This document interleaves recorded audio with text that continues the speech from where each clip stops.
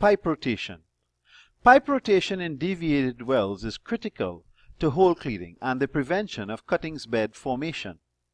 No rotation or little rotation means that cuttings transport is restricted and limited.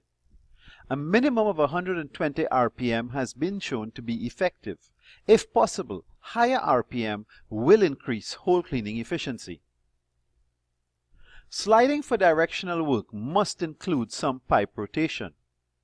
Teamwork with the directional driller is important so that all goals are met.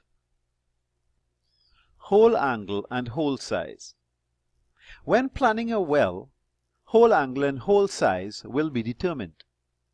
This must include hole cleaning as an integral part of the plan. Wellbore stability is vitally important to keep the hole in good shape and prevent hole enlargement. It is important to circulate enough time for the hole to be cleaned. On some deviated wells, this may take 3, 4, 5 or even more bottoms up. Do not rely on what is seen at the shakers only to determine if the hole is clean. Use the parameter trends to make this determination. Mud weight has a great impact on hole cleaning. With mud weights greater than 20 pounds per gallon, no hole cleaning problems have been observed. The larger the differential between the fluid density and the cuttings, the bigger the problem.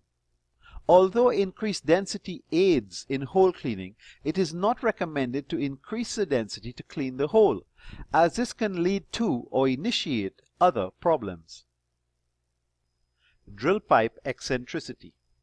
The OD, outside diameter, of the drill pipe affects the annular velocities and cuttings transport in the annulus.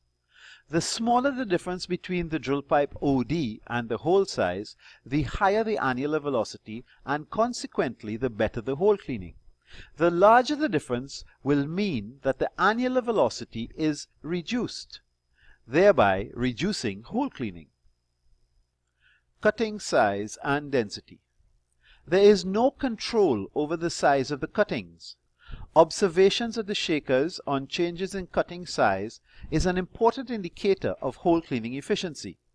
All hole cleaning calculations require an estimation of cutting size for the calculations to be effective and predictive.